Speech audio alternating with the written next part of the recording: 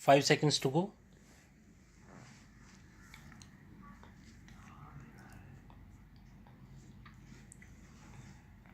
Start. Mr. Vice Chairman, sir, this year the President's address given to the Parliament gives a well conceived, well prepared picture of the nation. I rise to support the motion of thanks which has been brought before the House by Shri Kulkarni. At the outset, he has pointed out that this year has faced a severe drought.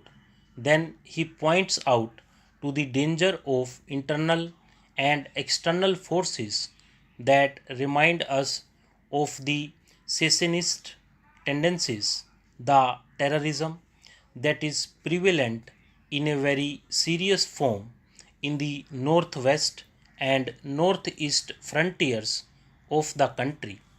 This really requires attention of not only the government but of all the people of all the political parties existing in different parts of the country.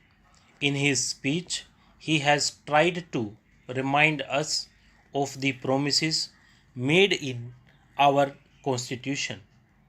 It is our sacred duty to see that those promises are fulfilled.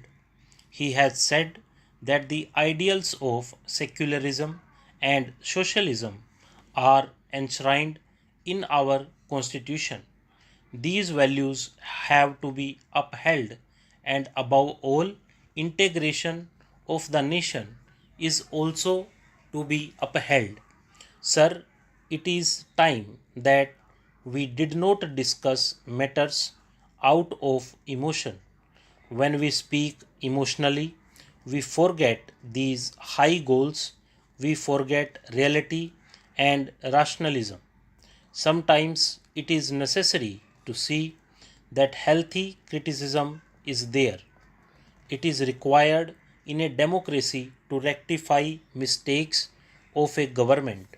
It is a welcome feature, but when we speak emotionally, we forget these fundamental facts and obviously we commit mistakes.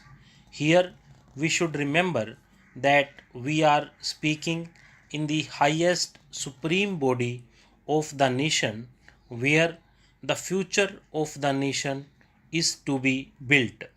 When we are discussing all these things in this house about the goals of the nation, about the development of the national life, the whole world is watching us. So, this factor has always to be kept in mind. Now, coming to the second point about the external dangers, we know of the terrorists in the border states. Sometimes they are assisted by certain outside powers who are not happy with our development. Sometimes they are provided with the latest weaponry with ulterior motives. These things have been discussed in the House and they need not be repeated here. But we cannot be blind to ourselves. We have to look to these aspects. Many of the honorable members have made a mention of these things and we must be prepared for everything. Sometimes they are supplied with sophisticated weapons. Superpowers are helping them. So we must be careful and watchful. Another thing is about the secessionist tendencies sported under the cover of religious fundamentalism abetted by foreign agencies. This must be curbed. That is the greatest danger in our country today. Sometimes chauvinism, regional and linguistic fervors create very dangerous tendencies, and if we do not think of all these things, these may come out as hydra headed creatures in future and create many a splitting situation in the national picture for which we will be blamed in future whoever is in power. It is the responsibility of all citizens, all political parties to look into these factors which have been rightly pointed out in the President's address. This year, we have passed through the greatest drought of the century because India had achieved something in the Green Revolution. We could come out of it. Out of 35 climatic zones, 33 zones suffered from scanty rainfall and drought, and some parts of the country faced floods also. There was loss of crops and damage to crops. Production was much less because we had a buffer stock of 23 million tons, which was sound planning, and the Green Revolution had achieved something. The country could face this difficult situation. At the same time, many honorable members have brought out in this house that the Kisans are unhappy.